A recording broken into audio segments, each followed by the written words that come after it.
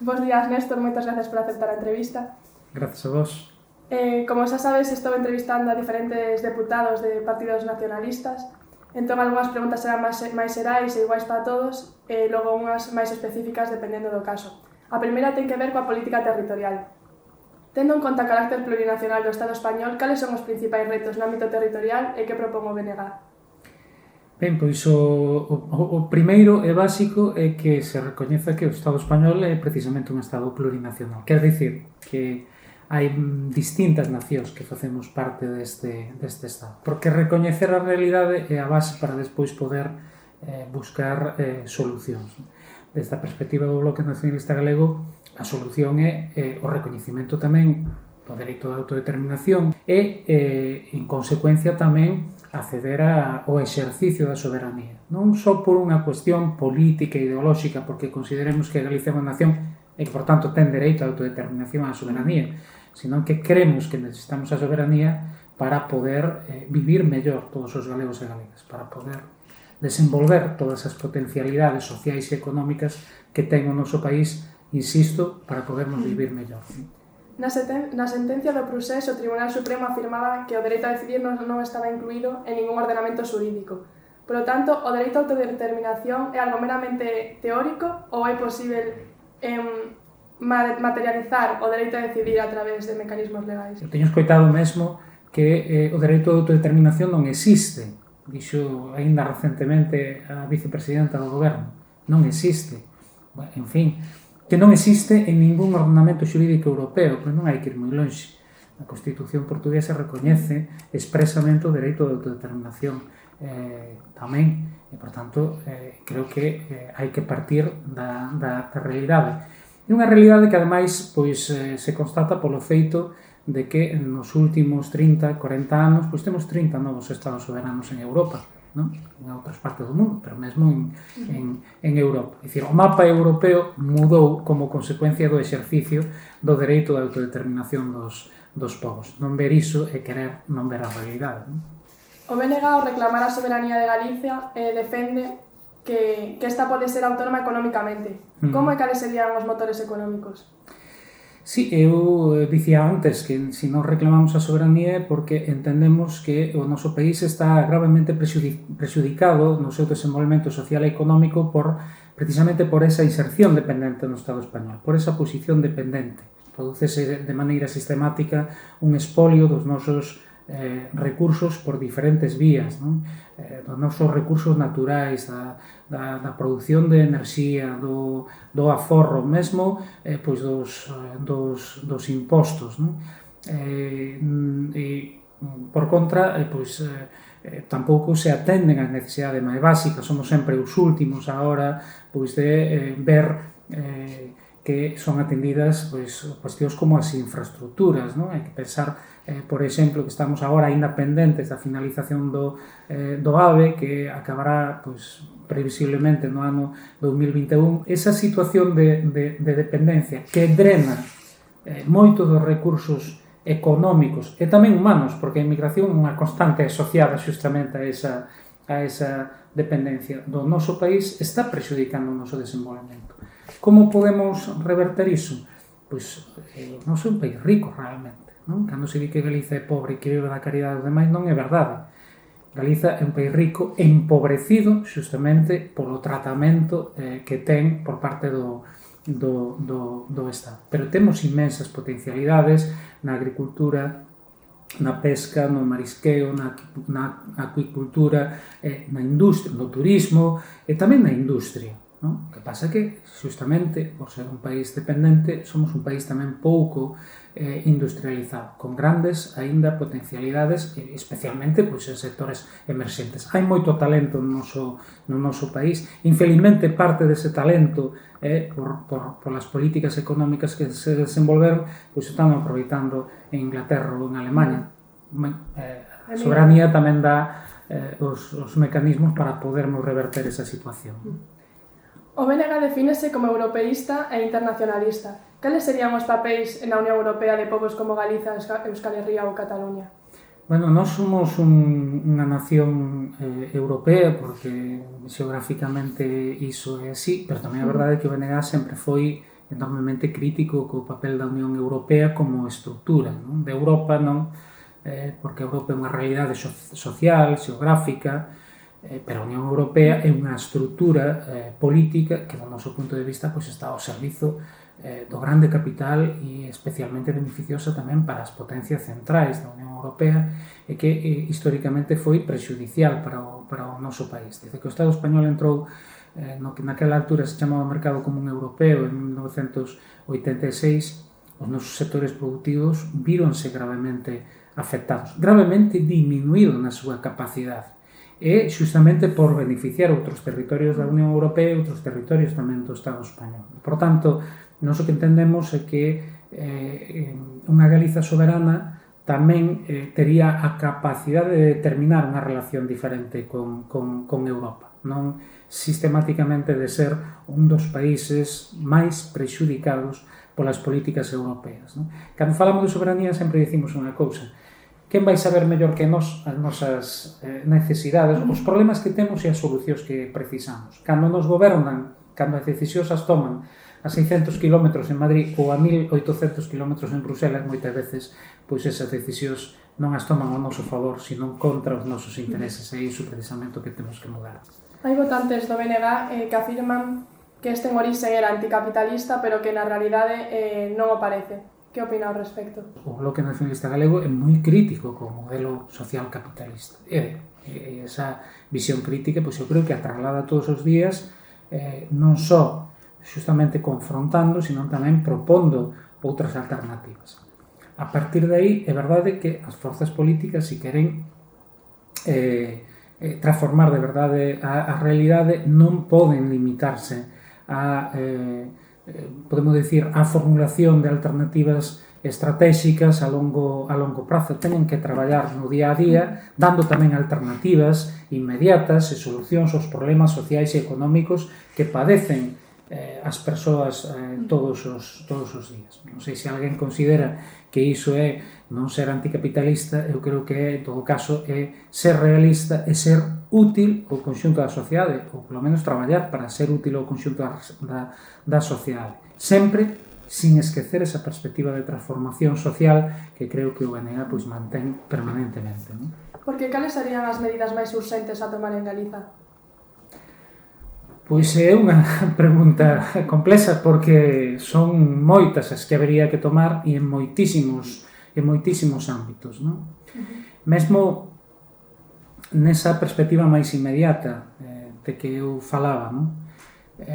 No que ten que ver cos dereitos colectivos e coa capacidade do noso país para empezar a tomar decisións por si propia, pois é evidente que unha vez constatado que o marco constitucional e autonómico non serve nin siquiera para dar solución un pouco permanente aos principais problemas que temos, o fundamental sería mudar ese marco. Datos do ano 2017 indican que a diferenza entre o que Galiza, todos os galegos e galegas, pagamos en impostos ao Estado e o que despois o Estado lle devolveu a Galiza se sitúa por riba dos 4.500 millóns de euros, que non é unha cantidade pequena. Por iso nos creemos que temos que ir a un modelo de concerto económico que faga que Galiza, a través dunha facenda galega, recade todos os impostos, que teña tamén capacidade normativa e capacidade para decidir a que destina ese recurso. E a partir de aí, pois, negociar co Estado que parte lle hai que transferir por aqueles servizos que son ou que poden ser comuns, non? Non sei se deses 4.500 millóns pois hai que transferir ao Estado 1.000 ou 1.500 millóns, iso quere dicir que nos sumaríamos ao que xa temos 3.000 millóns de euros. Non é unha cantidade pequena, tendo en conta que os orzamentos da Xunta se sitúan sobre 10.000 millóns de euros, por tanto estaríamos falando de un 30% que incrementaríamos. E non é un sistema que non sexa posible. Tan posible é que o sistema que xa teñen no País Vasco e en Navarra dende hai 40 anos, e non lles vai nada mal nin ao País Vasco nin a Navarra, non? Pero quen fala do modelo de financiamento, pois fala, por exemplo, de asumir competencias en materias que son fundamentais, como salvamento marítimo, como tráfico, infraestructuras de transporte, seguranza viaria ou seguranza pública, ou na xestión da seguranza social e das pensións, por exemplo, que acabamos de ver o acordo para a transferencia ao País Vasco, hai que saber que está no Estatuto de Galiza como unha das competencias que debe ter no artigo 33 do Estatuto de Galiza e que 40 anos pois non se fixo nada ao respecto. Isto nas cuestións, digamos, de carácter máis global. No acordo de investidura que recentemente alcanzamos co Partido Socialista, pois ademais de incluir elementos que teñen que ver de maneira moi directa coa solución de problemas que ten o noso país en ámbitos como as infraestructuras, etc., pois preocupámonos, por exemplo, de introducir a modificación da Lei de Violencia de Xénero para incorporar como violencia de xénero precisamente os delitos sexuais, creación nesa medida tamén de novos xulgados, a ampliación do financiamento por parte do Estado da Lei de Dependencia, a necesidade nun país envellecido como o noso, ou a solución digamos, a estafa dos emigrantes retornados, a derogación da reforma laboral, da negociación colectiva e das pensións, ou tamén pois da LOMCE e da Lei Mordaza. En fin, son moitos os asuntos de que poderíamos falar se queremos efectivamente empezar a mudar as cousas. E que se podería facer dende o Congreso para lograr esas aspiracións? Bueno, nos estamos facendo, en primeiro lugar, que se fale dos problemas de Galiza. Un exemplo que pomos como o contraste dos orzamentos que se presentaron no ano 2019, en que o investimento territorializado para Galiza era de 745 millóns de euros, o peor en 17 anos, e a pesar diso foi votado a favor polo PSOE e por Unidas Podemos, co que acontecía 10 anos atrás. En 2009, cando o BNG con 2 diputados, era determinante e conseguiu que por primeira vez os orzamentos pasasen de 2.100 millóns de euros, pasasen do 2.000, en concreto 2.145 millóns de euros, é dicir, 3 veces máis. Tiñamos 3 veces máis presupostos 10 anos atrás do que tiñamos en 2019. Non? Falar dos problemas, poñelos sobre a mesa e intentar resolvelos é fundamental. E o acordo de investidura que acabamos de conseguir creo que é a mellor mostra diso. Non? E que ocorreu para que o BNG non tivese representación nas anteriores legislaturas? Por exemplo, pois, da irrupción desa chamada nova política que sei que viña a mudalo todo e que ao final pois, acaba pois, actuando como unha nova socialdemocracia e mesmo de apoio do Partido Socialista no goberno do Estado. Non? É dicir, unha chamada nova política que aproveitou o descontento que provocara a crise social e económica neses anos para medrar, desde o punto de vista electoral, apoiándose tamén pois, nunha verbalización, se se quere, diferente, pero que realmente non correspondía cunha práctica coherente con ese discurso, como finalmente pois, podemos constatar, e que fixo que a altura de 2015 pois, se situase como primeira forza política en Cataluña, como primeira forza política no País Vasco e como segunda forza política en Galiza, naquela altura, pois inicialmente con 6 deputadas e deputados que provocou que o BNG perdese a representación. Pero o que aconteceu nos anos seguintes pois foi demostrando un pouco a fraude que representaba todo iso, non? E a xente foise decatando de que había unha distancia moi grande entre o que se dicía, particularmente cando se falaba de defender os intereses de Galiza ou aquela promesa dun grupo galego propio e despois o que era a realidade. A extrema dereita está en auxe por toda Europa e mesmo en España. Nas eleccións xerais anteriores, Galicia foi un dos territorios no que non obtivo representación. Cree que nas próximas eleccións entrará no Parlamento? Eu estou convencido de que non. Efectivamente, a extrema dereita está en auxe en toda Europa porque históricamente xa, digamos, os antecedentes do que pode ser este populismo de ultradereita neste momento, que xa veremos como no Estado español, e tamén ultraespañolismo, non? Pois o fascismo dos anos 20, 30, sempre se nutriu do descontento social coas crises xeradas polo propio sistema capitalista, pero non precisamente para mudar o sistema capitalista por outro mellor, sino para reforzalo pois a partir dunha dialéctica de aparentemente antisistema que na práctica despois leva a que pois sexan as élites as élites económicas e políticas as que continúen controlando ese sistema capitalista. E no caso do Estado español, como decía tamén, pois dun ultraespañolismo furibundo, non? Porque se algo provocou a crise económica no Estado español, ademais de descontento social, foi tamén unha crise política do regime do 78. E esa crise foi moito máis evidente como consecuencia pois, do impulso dos movimentos das nacións, a necesidade de recoñecer tamén a existencia das nacións e os seus dereitos colectivos. É verdade que especialmente no caso de Cataluña, non? Co proceso para a independencia de Cataluña, pero tamén no País Vasco, e esa pulsión tamén é importante en Galiza. E frente a iso, pois hai un rearme que se basea nunha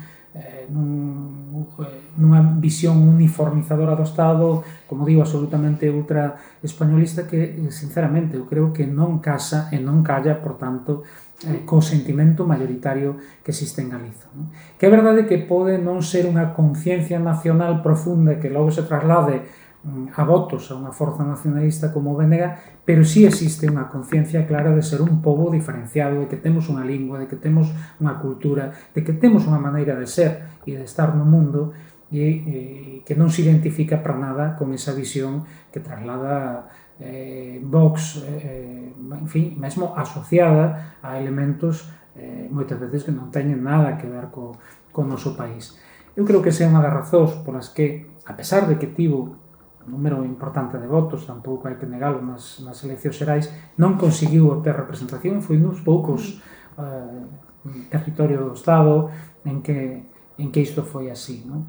Só Euskal Herria, País Vasco, Navarra, Galiza, e despois creo que a Rioxa non obtivo representación. E creo que nunhas eleccións galegas en que as dinámicas son moi diferentes, moito máis centradas no país, pois o resultado de Vox ainda vai ser moito máis baixo, non? Por fortuna. Creo que esa sí é unha boa noticia, non? Como calificaría a democracia española? Pois de baixa calidade, por moitas das cousas que estou dicindo, por moitas máis. Só hai que pensar que ministros de Franco continuaron exercendo con normalidade no período democrático. Nós tivemos un deles de presidente da Xunta moitos anos, non? Sería impensável que isto acontecese en Alemania con ministros de Hitler, en Italia con ministros de Mussolini ou en Portugal con ministros de Salazar ou Caetano, pero aconteceu no Estado español. A monarquía, pois, é o exemplo máis evidente desa baixa calidade democrática. Eu dicía antes, nun sistema democrático, o xefe de Estado ten que ser elexido polos cidadáns e polas cidadás.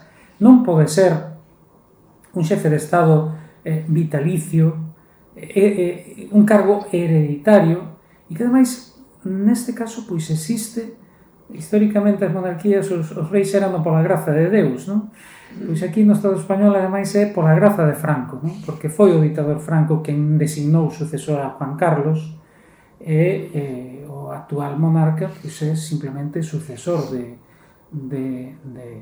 Juan Carlos, non? Eu creo que isto claramente non se sostén do punto de vista democrático e é preciso mudalo o antes posible, non? Un dos puntos máis importantes da súa senda é defender a lingua galega. En que situación cree que se atopa o galego? Pois non é unha situación realmente complexa. En canto noutras nacións do Estado viron como as súas linguas propias avanzaban no proceso de normalización, mesmo en situacións que poderíamos considerar máis complicadas, como pois cunha inmigración importante que non tivo Galiza, pois no caso de Galiza o que se fixo foi perder falante de maneira progresiva e nin siquiera tampouco avanzar en porcentaxe de uso en ámbitos moi concretos. Podemos decir que nos últimos 20 anos houve unha caída de casi 30 puntos no número de falantes. Pero a administración precisamente ten que estar aí para poñer solucións a esta situación e para conseguir que o galego normalice a súa existencia. Que todos os cidadáns Galiza poidamos vivir con normalidade en galego. É algo que non sucede hoxe en día e aínda se nos pretende vender esta ficción de que o que se impón é o galego. Non? Mire, o que se impón en Galiza é o castelán. O galego, desgraciadamente, pois está nunha situación de moita precariedade. Quen tiña que facer ese traballo, pois fai todo o contrario. Non? O primeiro que fixo o goberno de Feixóo foi derrogar o decreto de normalización do ensino, que era un decreto que, en todo caso, o que establecía era que con mínimo 50% das materias deberían darse en galego. Non? Que fixo? Pois pasar ao 33% e, ademais, prohibir que materias como matemáticas, física e química ou biología puidesen darse en galego. Non? Abandonou o plan de normalización lingüística, que, curiosamente, inicialmente apoiara tamén o Partido Popular, pero xa metido nesa guerra que montara para poder utilizar a lingua como arma para chegar novamente á presidencia da Xunta, pois abandonou o plan de normalización lingüística e sistemáticamente lexisla contra a lingua. E o Estado español pois non fai nada tampouco por mudar a situación das linguas, todo o contrario. De feito, mantense, cando se fala de igualdade das linguas, o primeiro que hai que saber é que ni siquiera legalmente existe esa igualdade, mantense unha diferenza que non é menor, non? E que constitucionalmente temos a obriga de saber castelán, pero non temos a obriga de saber galego. E esa diferenza, trasladada despois á realidade práctica, pois tamén supón unha discriminación moi profunda do galego. Pensemos simplemente algo que a dereita, a ultradereita, o ultraespañolismo pon permanentemente en cuestión, que os funcionarios e funcionarios de Galiza teñan que saber galego. Pero que se os funcionarios e funcionarios de Galiza non saben galego, eu non vexo respetado nin siquiera o meu dereito individual, xa non falo de dereitos colectivos, a ser atendido en galego na administración. Temos, ademais, algunha vantaxe que deberíamos aproveitar, é que temos unha lingua que continúa sendo mayoritaria en Galiza, pero ademais é unha lingua internacional, e, por tanto, que nos facilita a relación, mesmo a relación económica, con países que son xa mercados emerxentes para os produtos galegos como Portugal ou Brasil. Bueno, teremos que aproveitar todas as potencialidades que temos. Entón, cales serían as políticas que habría que implantar para mellorar a situación do galego, a normalización? Pois hai algunhas cuestións que son moi básicas, non? Así as máis inmediatas. Primeiro, no ámbito da lingua, pois ir a que o galego sexa a lingua vehicular no ensino. E que iso, como mínimo, pois garanta que os rapaces e rapazas que saen do sistema educativo saian cun dominio da propia lingua. Algo que os estudos recentes pois indican que non é así, porque a presión social leva a que o predominio sexa o castelán. Por tanto, o ensino ten un papel fundamental. Pero hai que aplicar o plan de normalización lingüística, hai que estender o uso da lingua a todos os ámbitos da sociedade, hai que prestixala, quen goberna e as institucións públicas son os primeiros que teñen que prestixar a propia lingua e utilizala con normalidade. Porque moitas veces os usos da lingua, isto está moi estudado na sociolingüística, teñen unha relación directa coa consideración que os propios falantes teñen da lingua. Se a ven como unha lingua de prestixio, é moito máis fácil que sexa utilizada e se avance nese proceso de normalización. Alguén que quere defender o galego, quere defender Galicia, pero non compartiría un proxecto independentista, debería votar ao BNG? Sí, bueno, eu aclaro en todo caso que, en primeiro lugar, que o BNG é unha forza soberanista, non? E, efectivamente, no BNG hai moitas persoas que somos independentistas, pero non todo o mundo, non? O BNG defende a soberanía sin especificar porque eso será un proceso posterior, se esa soberanía se pode articular nun Estado independente ou se pode articular nun modelo confederal. Pero, de calquera maneira, mesmo alguén que non sexa soberanista ou que non sexa nacionalista, pero que queira defender a lingua, ou que queira defender o país, e que ten unha opción realmente a única que pode facer avanzar nese sentido no bloque nacionalista galego, porque, como dicía antes, si temos demostrado algo é que somos unha forza que se preocupa polo país e por os problemas da sociedade galega, de todos os galegos e galegas. E entre os problemas está o pan de cada día, está ter traballo, está non ter que emigrar, está ter bons servizos públicos, pensións e salarios dignos, e está tamén a a lingua, non? Eu creo que vendo cal é a actuación das outras forzas políticas, unha persoa que queira defender de verdade a lingua galega e a normalización da nosa lingua, pois ten, lóxicamente, que apoiar o Bloque Nacionalista Galego porque ese é o que pode garantir que sexa así. O movimento independentista máis da actualidade é o catalán. Como cree que están actuando os medios de comunicación ao tratar este tema? Pois con absoluta parcialidade, os medios do Estado español e os medios mayoritarios en Galiza con absoluta parcialidade, non? E creo que é unha parcialidade, ademais, que arranca de ter unha posición política asumida e determinada e que leva a que haxa, digamos, unha deturpación tamén da realidade, en que os calificativos, os insultos, as caracterizacións políticas negativas sustitúen a información obxectiva, non? E iso non se pode chamar xornalismo, non? E se chega ao extremo de dicir cousas como que a televisión de Cataluña adoutrina. Non, mire, perdón, quen adoutrina é a televisión de Galicia e o conxunto das televisións españolas, e adoutrinan especialmente contra Cataluña e contra a vontade mayoritaria da poboación de Cataluña. Eu que me preocupo un pouco de ver estas cousas, sei perfectamente que na televisión de Cataluña todas as forzas políticas teñen espazo. Teño que dicir con claridade que na televisión de Galiza non é así. Por tanto, o que queira facer